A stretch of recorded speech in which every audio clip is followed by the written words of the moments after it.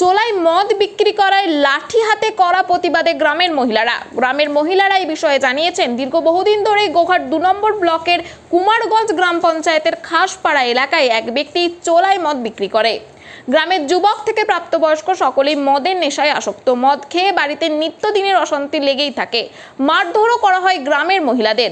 আজ তারই প্রতিবাদে মহিলারা একজোট হয়ে লাঠি হাতে ওই ব্যক্তির বাড়িতে অভিযান চালায় এবং চোলাই মদগুলি ফেলে দেয়।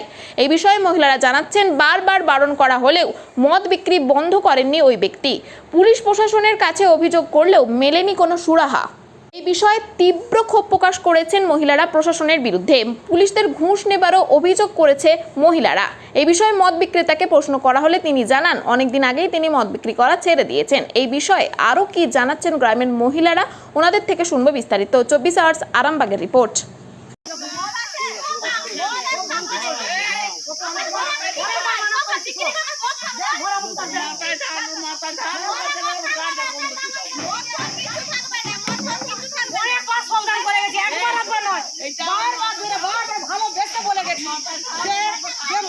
চলবে না, তুই অন্য কিছু ব্যবসা কর।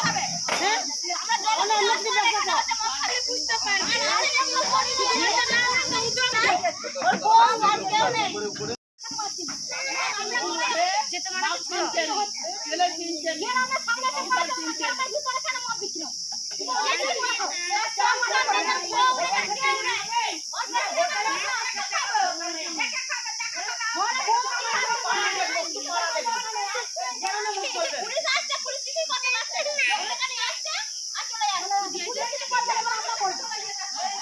আজকে কি জন্য এনার বাড়িতে এসেছেন সবাই মিলে? মদ বিক্রি করে, মদ বিক্রির জন্য প্রত্যেকটা বাড়িতে এই মদের নিয়ে অশান্তি।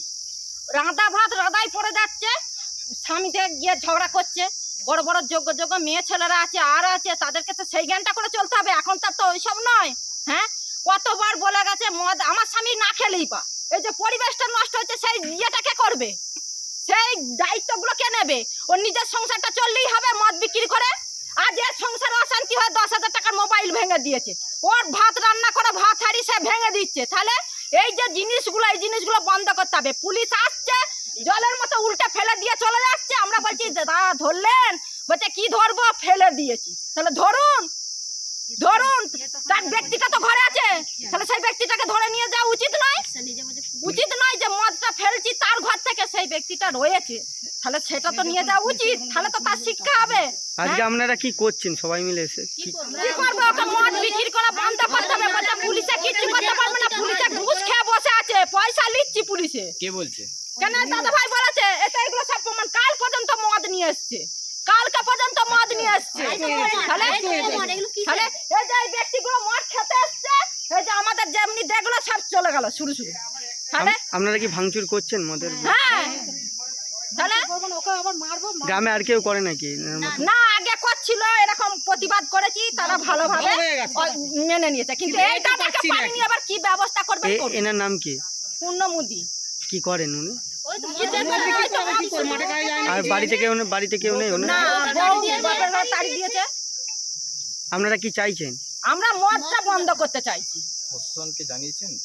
প্রশাসনকে জানিয়েছেন? জানিয়েছিলাম, ওই তো আসছে, ওই উল্টে দিয়ে চলে যাচ্ছে। যতবার আসছে বলছে আর বিক্রি করবো না। ঠিক আছে, মেনে নিল, আর ধৈর্য। তারই প্রতিবাদ আজকে জানাচ্ছেন? হ্যাঁ। আপনার নাম?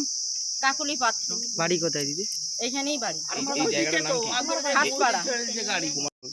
বলছি আপনি মদ ব্যবসা করেন দীর্ঘদিন ধরে? না, আগে তো করছিল, ঠিক আছে। তারপর পার্টি সব ছেলেরা এসেছিল, এসে বললো যে তাহলে পূর্ণ কাকা মদ বিজনেসটা বন্ধ করে দাও, যেহেতু পায়ের মহিলারা আপত্তি করছে, তারপর সামনে ইলেকশনের ব্যাপার আছে, তাহলে বন্ধ করে দাও। আমি ঠিক আছে, বন্ধ করে দেবো। ওই জন্য সকাল থেকে ছাগল ছেড়ে চড়াচ্ছি, ছাগলগুলো নিয়ে বাঁধলাম, ওই জন্য বন্ধ। আপনার উপরে এত অভিযোগ কেন ভাঙচুর করছে আপনার? ওই তো অভিযোগ হয়েছে মদটার জন্য, তার জন্য আমি বলছি মদটা বন্ধ করে দেবো। আপনি পুলিশকে টাকা দেন বলছে? না, হ্যাঁ, পুলিশকে টাকা দেওয়া হয়, ভুল ধারণা। তো এই গ্রামের মেয়েরা এরকম আপনাকে মানা করছে, আপনি কি আগামী দিনে করবেন? না। হ্যাঁ,